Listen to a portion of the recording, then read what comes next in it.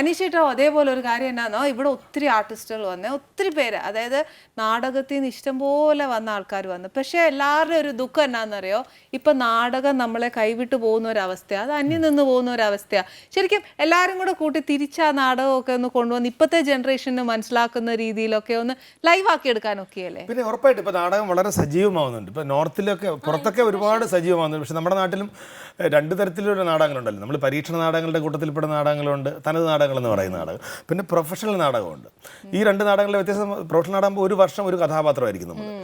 തനത് നാടകങ്ങൾ എന്ന് പറയുമ്പോൾ നമ്മൾ ആഴ്ച ഓരോരോ പ്രൊഡക്ഷൻസ് ഉണ്ടാവും. അപ്പോൾ ഡിഫറെൻറ്റ് ക്യാരക്ടേഴ്സ് നമുക്ക് ചെയ്യാൻ പറ്റും, പല കഥകൾ. ഇപ്പോൾ സീരിയലും നമ്മൾ ഇതുപോലെ മറ്റേ സെറ്റയർ മറ്റേ സിറ്റ്കോം ഒക്കെ ചെയ്യുന്നത് പോലെയാണ്. സീരിയലിലപ്പോൾ നമ്മളിപ്പോൾ ഞാനൊരു മോഹനകൃഷ്ണനായിട്ട് അഭിനയിച്ച ഒരു വർഷം 5 വർഷം മോഹനകൃഷ്ണനായിരുന്നു. ഓ, അതെന്നാ ക്യാരക്ടറാ! ഇങ്ങനെ ഒരു മനുഷ്യനെ കിട്ടി ഇടിക്കും കേട്ടോ, അത് ഉറപ്പാ. പക്ഷെ അങ്ങനെയൊക്കെ ശരിക്കും ക്യാരക്ടേഴ്സ് ഉണ്ടോ? അനീഷയുടെ ശരിക്കും അങ്ങനെ ആരെങ്കിലും കീനായിട്ട് വാച്ച് ചെയ്തിട്ടുണ്ടോ? അല്ല, അങ്ങനെ ചില എലമെന്റുകൾ കൂട്ടിച്ചേർത്താണ് ഒരു കഥാപാത്രം ഉണ്ടാകുന്നത്. ഞങ്ങളുടെ വീടിനടുത്ത് പട്ടാളത്തിലുണ്ടായിരുന്ന ഒരു വാസുമാമൻ ഉണ്ടായിരുന്നു. പുള്ളിയോട് സംസാരിക്കും. പുള്ളി ഒരിക്കലും ഇങ്ങനെ ജംഗ്ഷനിൽ വന്നപ്പോൾ നമ്മൾ ചോദിച്ചു, ഞാൻ മഞ്ചാടിമുട്ടിലാണ് താമസിക്കുന്നത്, ചെറിയ അവിടെ ഒരു ചായക്കട ഉണ്ട്. ചായക്കടയിലെ രാജൻ എന്നൊരാൾ, രാജണ്ണൻ്റെ വൈഫ് ചോദിച്ചു, വാസുമാൻ വന്നു, വാസുണ്ണ നമ്മുടെ മോള് നിർമ്മല വന്നിട്ടുണ്ടോ? നമ്മുടെ അല്ല, എൻ്റെയും ഞാൻ വിവാഹം കഴിച്ച എൻ്റെ ഭാര്യ സത്യഭാമ, ഞങ്ങൾക്കുണ്ടായ മകൾ നിർമ്മല വന്നിട്ടില്ല. പുള്ളിയുടെ ഒരു ബൈക്കുണ്ട്, TVS സുസുക്കി, എല്ലാ ഗിയറും താഴോട്ടാണ്. അപ്പോൾ എൻ്റെ ചേട്ടൻ ചോദിച്ചു, മാമ ഇതിൻ്റെ ഗിയർ എങ്ങനെയാണ്? ഫസ്റ്റ് താഴോട്ട്, ബാക്കിയെല്ലാം താഴോട്ട്. ഇങ്ങനെയല്ലേ ശരിക്കും ആ പുള്ളി നന്നായിട്ട് എനിക്കൊന്ന് അനീഷേട്ടൻ പഠിച്ചു.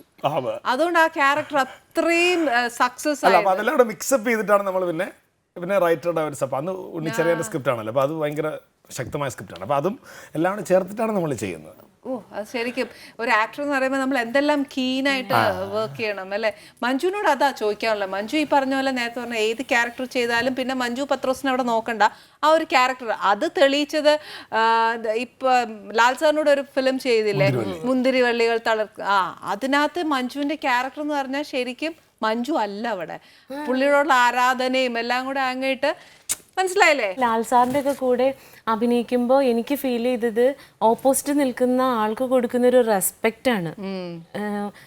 അതിപ്പോൾ എത്ര ചെറിയ ആളായിക്കോട്ടെ, എത്ര വലിയ ആളായിക്കോട്ടെ, പക്ഷെ എൻ്റെ മുന്നിൽ നിൽക്കുന്ന ആളെ നോക്കാനും അയാളെ ഒന്ന് നോക്കി ചിരിക്കാനും കാണിക്കുന്ന ഒരു മനസ്സ്, ഞാനെന്നുള്ള വ്യക്തി അവിടെ ഉണ്ട് അപ്പോൾ എന്നുള്ളതൊക്കെ ഒരു തോന്നലുണ്ടാക്കി എടുക്കാൻ പറ്റും അങ്ങനെ. അപ്പോൾ അതൊക്കെ എനിക്ക് ഭയങ്കര പോസിറ്റീവായിട്ട് തോന്നിയിട്ടുണ്ട്. അപ്പോൾ അതുപോലെ തന്നെ ഇപ്പോഴത്തെ കുട്ടികളുടെ സിനിമയിൽ ഞാൻ അഭിനയിച്ചിട്ടുണ്ട്. അപ്പോൾ അവരൊക്കെ സിനിമയ്ക്ക് വേണ്ടിയിട്ട് ഭയങ്കര പാഷനേറ്റാണ്, വേറെ ഒന്നുമില്ല അവരുടെ ഉള്ളിൽ.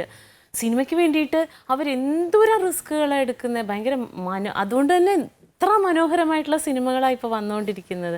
പക്ഷെ ഒരു കാര്യം ഞാൻ പറയാം, അനീഷേട്ടൻ പറഞ്ഞ പോലെ ഒരു കാര്യം, അതിലൊരു സത്യമുണ്ട്. നമ്മുടെ കൂടെ സഹകരിക്കുന്ന ആർട്ടിസ്റ്റുകൾ എങ്ങനെ റെസ്പോണ്ട് ചെയ്യുന്നു അതിനനുസരിച്ച് നമ്മുടെ ക്യാരക്ടർ എത്ര സക്സസ് ആക്കാൻ ഒക്കത്തുള്ളൂ അല്ലേ? നമുക്കൊരു പേടി. അത് മാത്രമല്ല, ഇപ്പം നമ്മുടെ അളിയൻ വേഴ്സസ് അളിയൻ്റെ ലൊക്കേഷനിൽ ഇപ്പോൾ ആർട്ടിസ്റ്റുകൾ, ഡയറക്ടർ, എല്ലായിടത്തും അല്ലേ അവരായിരിക്കും ഇതിങ്ങനെ ഒരു സീൻ അഭിനയിക്കുന്നതും. പക്ഷെ അളിയൻസിൻ്റെ ലൊക്കേഷനിൽ ഒരു സീൻ വായിച്ചു കഴിഞ്ഞിട്ടുണ്ടെങ്കിൽ, ലൈറ്റ് ചെയ്ത് ക്യാമറ ഒക്കെ ഫിക്സ് ചെയ്തിട്ടുണ്ടെങ്കിൽ അവരെല്ലാവരും അവിടെ തന്നെ ഇരിക്കും. എന്നിട്ട് ഈ ഡിസ്കഷനിൽ ഇപ്പം നമ്മളൊരു തെറ്റ് പറഞ്ഞിട്ടുണ്ടെങ്കിൽ ചിലപ്പോൾ ലൈറ്റിലെ കുട്ടിയായിരിക്കും പറയുന്നത്, ചേച്ചി കഴിഞ്ഞ സീനിൽ അതല്ല പറഞ്ഞിരിക്കുന്നത്, തിരുത്തും, നമുക്ക് വേണ്ട സജഷൻസ് തരും. ക്യാമറയിലൊക്കെയുള്ള ചേട്ടന്മാർ ഭയങ്കര സപ്പോർട്ടീവാണ്. ഈ ഒരു ദിവസേ ഇതിങ്ങനെ തോളത്ത് വെച്ചിട്ടൊക്കെ ചെയ്യണമല്ലോ ക്യാമറ, അപ്പോൾ ചിലപ്പോൾ നമുക്കിങ്ങനെ തെറ്റിപ്പോവുമല്ലോ, നാക്കും അടക്കും, അപ്പോഴൊക്കെ ഇവരിങ്ങനെ വെച്ചോണ്ടിരിക്കല്ലേ തോളത്ത്. അപ്പൊ ഞാൻ എന്നോട് ചേട്ടൻ എന്ത് കനുണ്ടോ ഇവിടെ വാ, ഭയങ്കര കനം, എന്നാലും ഇവരൊന്നും പറയില്ല.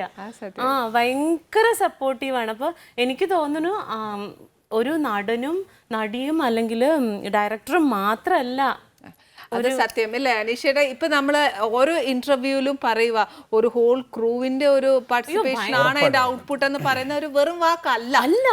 ഒരു ഷോട്ട് കഴിയുമ്പോഴത്തേന് ഈ ലൈറ്റ് എല്ലാം അടപടലം പൊളിച്ചിന് പിന്നെ ശരിക്കും നമുക്കൊക്കെ ഒരു സീൻ ഇല്ലെങ്കിൽ നമുക്ക് എവിടെയെങ്കിലും പോയിരുന്ന് വിശ്രമിക്കാം. ഇവരൊക്കെ ഫുൾ ടൈം വർക്ക് ചെയ്യണം. അതെ, നമ്മുടെ ഒരു സീൻ അല്ലെങ്കിൽ ഒരു സജഷൻ ഷോട്ട് ഒരു കുഞ്ഞു ഡയലോഗ് ആന്നേ പോലും അവരെന്തോരം ലൈറ്റ് ചെയ്തേനൊക്കെ. അയ്യോ അവിടെ കൊണ്ട് കഴിയുന്നില്ലല്ലോ ഈ പറഞ്ഞ പോലെ. അവിടെ കഴിഞ്ഞ പോസ്റ്റ് പ്രൊഡക്ഷൻ ഉണ്ട്. അതെ, പോസ്റ്റ് പ്രൊഡക്ഷനിലേക്ക് അത് നമ്മൾ പോലും അറിയുന്നില്ല. അപ്പൊ ഡയറക്ടർ മാത്രം വന്ന് ബാക്കി എഡിറ്റേഴ്സും മറ്റു കാര്യങ്ങളും മ്യൂസിക് ബാക്കി എന്തെല്ലാം കാര്യങ്ങളുണ്ട്. അലിയൻസിന്റെ ഒരു സക്സസ് എന്ന് പറയുന്നത് ടീം വർക്ക് തന്നെയാണ്. ഒരാൾ അതിൽ നിന്ന് ലേശം വിട്ടു നിന്നിട്ടുണ്ടെങ്കിൽ ഭയങ്കര ബുദ്ധിമുട്ടാണ്. അത് മെന്റലിയും അതെ. നമ്മുടെ സീൻ അല്ലാത്ത സീനാണെങ്കിൽ പോലും നമ്മൾ പോയി നിൽക്കും. അതല്ല മറ്റേത് പറയും. നമ്മുടെ ആ ഒരു ഇതും കൂടെ ഇൻവോൾവ്മെന്റും കൂടെ അതിനകത്ത് ലൊക്കേഷനിലുള്ള എല്ലാവർക്കും അറിയാം അന്നത്തെ കഥ. അനീഷേട്ടാ, ഇതിന്റെ ഇടയിൽ നമ്മൾ നാടകത്തിന്റെ കാര്യം പറഞ്ഞില്ലേ, അനീഷേട്ടൻ എന്നാ ഒരു പന്ന കാണിച്ചതെന്ന് അറിയാമോ? അനീഷേട്ടന് സ്വന്തമായിട്ട് ഒരു ട്രൂപ്പ് ഉണ്ടെന്ന് പറഞ്ഞാ? ഇല്ലല്ലോ, അത് നാടക ട്രൂപ്പല്ല. പിന്നെ അത് ഇപ്പൊ ഈ സ്റ്റേജ് ഷോസിന് വേണ്ടിയിട്ടുള്ള തിരുവനന്തപുരം മെഗാസ് എന്ന് പറഞ്ഞൊരു ട്രൂപ്പ് എനിക്കുണ്ട്.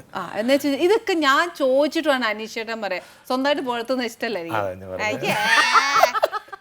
എന്നാലും ഞാൻ മഞ്ജുവിനോട് പറഞ്ഞു, മഞ്ജു ഇടയ്ക്കിടയ്ക്ക് പറയാൻ പറഞ്ഞു. എല്ലാം മറന്ന് വിഡിയെ പോലെ ഇരിക്കുക. എന്തോ മഞ്ജു കാശ് കൊടുത്ത് കൊണ്ടുവന്നാണോ? ഇത് കഴിയുമ്പോൾ എനിക്ക് സാരി മേടിച്ചു തരാന്ന് പറഞ്ഞിട്ടുണ്ട്. പറഞ്ഞില്ലല്ലോ, പോയി. അനീഷയുടെ ഈ അമ്പലപ്പറമ്പിലൊക്കെ നമ്മൾ ഇതിന് പോണോല്ലോ, നല്ല രസകരമായ എന്തെങ്കിലും ഒരുപാട് നല്ല രസകരമായ അനുഭവങ്ങളുണ്ട് ജീവിതത്തിൽ. ഞാൻ ഇടയ്ക്ക് ഒരു മംഗളത്തിൽ ഒരിക്കലും എഴുതിയിട്ടുണ്ടായിരുന്നു. പിന്നെ കുറെ വർഷങ്ങൾക്ക് ഞാൻ മംഗളം വായിച്ചില്ല. അങ്ങനെയല്ല, അത് ഞങ്ങളിങ്ങനെ ഇടയ്ക്ക് പിന്നെ സ്കിറ്റിലൊക്കെ ഉപയോഗിച്ചിട്ടുണ്ടായിരുന്നു. അത് വെച്ചാൽ ഞാൻ എൻ്റെ മോഹനം എന്നൊരു സീരിയലാണ് ആദ്യം വന്നു തുടങ്ങുന്നത്, ആൾക്കാർ തിരിച്ചറിഞ്ഞു തുടങ്ങിയ സമയം. അപ്പോൾ ആ സമയത്ത് ഞങ്ങൾ തമിഴ്നാട് മാർത്താണ്ഡ ഏരിയയിലൊരു പ്രോഗ്രാമിന് പോയിരുന്നു. അപ്പോൾ പ്രോഗ്രാം സ്ഥലത്ത് നിൽക്കുമ്പോൾ അവിടെ ചെറിയ കടകളുണ്ടാവുമല്ലോ. അപ്പോൾ കടകളിലൊക്കെ ചെന്നപ്പോൾ ഞാനത് സീരിയലൊക്കെ വന്ന് ആൾക്കാർ തിരിച്ചറിഞ്ഞു തുടങ്ങിയ സമയം. അപ്പോൾ ചെറിയൊരു സ്റ്റൈലൊക്കെ ഇട്ട് ഞാനിങ്ങനെ ചായക്കട ചെന്നപ്പോൾ കാണാം അവിടുത്തെ ആ ചേച്ചി സീരിയൽ. അതെ, എല്ലാവരും സ്റ്റൈലൊക്കെ ഇരുന്ന് അപ്പോൾ എല്ലാവരും വന്നിരുന്നു, ചേച്ചി ഒരു 5 ചായ അതൊക്കെ പറഞ്ഞു. അപ്പോൾ ആ ചേട്ടൻ വന്നു, ചേച്ചിയുടെ ഹസ്ബൻഡ് വന്നു. ഇതാരാ? മറ്റേ സീരിയൽ ബൾബിൻ്റെ ആളാണ്.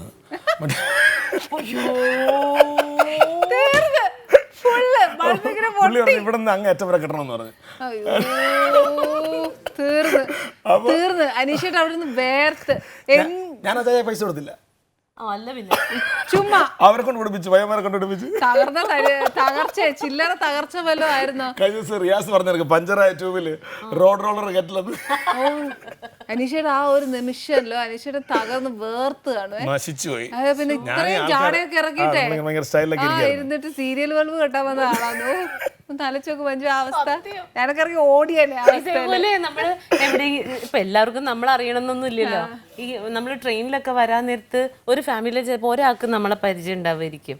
എന്നിട്ട് ഇയാള് കണ്ടിട്ട് വർത്താനം പറഞ്ഞെങ്കിൽ പോയാ പോരെ, ബന്ധുക്കാരെയൊക്കെ വിളിക്കും അവിടെ ഉള്ള. എന്നിട്ട് നമ്മളിങ്ങനെ നിർത്തിട്ട് ആരാന്ന് മനസ്സിലായോ ഇത്? അപ്പൊ ഇവര് നമുക്ക് എക്സ്പ്രഷൻ കാണാം.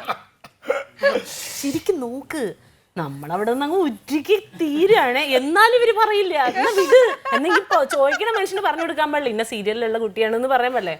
പറയില്ല. അവരെ കൊണ്ട് ഇന്നലെ നീ കണ്ട ആളാന്ന് നോക്ക് എന്ന് പറഞ്ഞിട്ട് അവരെ കൊണ്ട് പറയിപ്പിക്കാൻ നിൽക്കും ചേച്ചി. അത് പിന്നെ കുഴപ്പമില്ല, മറ്റേ കൂടെ ഞാൻ കാണാറില്ല. അത് പറയും, എനിക്കറിയില്ല, ഞങ്ങൾ ഇതൊന്നും കാണാറില്ല എന്ന് പറയും. ഈ മനുഷ്യൻ എന്നിട്ട് പറയണോ എന്റെ ഭാര്യ ഭയങ്കര ഫാനാണ് നിങ്ങളെന്ന് പറഞ്ഞാൽ മരിക്കും എന്നൊക്കെ പറഞ്ഞിട്ട് വന്ന് പരിചയപ്പെടുത്തുന്നത്. പക്ഷെ അവര് കണ്ടിട്ടേ ഉണ്ടാവില്ല. മഞ്ജു, ഇതിനെക്കാട്ടിലും കഷ്ടം എന്താ അറിയോ? ഇപ്പൊ ജനിച്ചു വീഴുന്ന കുഞ്ഞുങ്ങളോട് ചോദിക്കും, അതാണ് ഏറ്റവും പ്രയാസം. ആന്റി മനസ്സിലായോ? ആ കുഞ്ഞിന് എന്തറിയാൻ പറ്റും? സത്യം, അതാണ് ഏറ്റവും ചളു. ചിലർ ഫോൺ ചെയ്ത് തരും, ഒരു മിനിറ്റ് എന്റെ വൈഫിന് ഭയങ്കര സംസാരിക്കും. എന്നിട്ട് ഈ മനുഷ്യൻ പറയണ്ടേ ഇത് ഇന്നാരാണ്, ഇൻട്രൊഡ്യൂസ് ചെയ്യാൻ കൊടുക്കും. അപ്പൊ അവര് ആരാ? അയ്യോ തകർന്ന്. നമ്മള് ഏത് സീരിയല് ഞാൻ ഹലോ നിങ്ങൾ പറഞ്ഞു കൊടുത്തിട്ട് സംസാരിക്കും. ഇല്ലെങ്കിലേ ഒന്ന് ഇൻട്രൊഡ്യൂസ് ചെയ്തിട്ടാണെങ്കിൽ കുഴപ്പമില്ല. സത്യം, ഇവരാ എക്സൈറ്റ്മെന്റിൽ വിളിച്ചാൽ കൊടുക്കുക. പിന്നീടായിരിക്കും വീട്ടിൽ ചെന്ന് പറയുന്നത്. പക്ഷെ അപ്പോഴേക്കും നമ്മൾ ഇഞ്ചി ആയല്ലോ,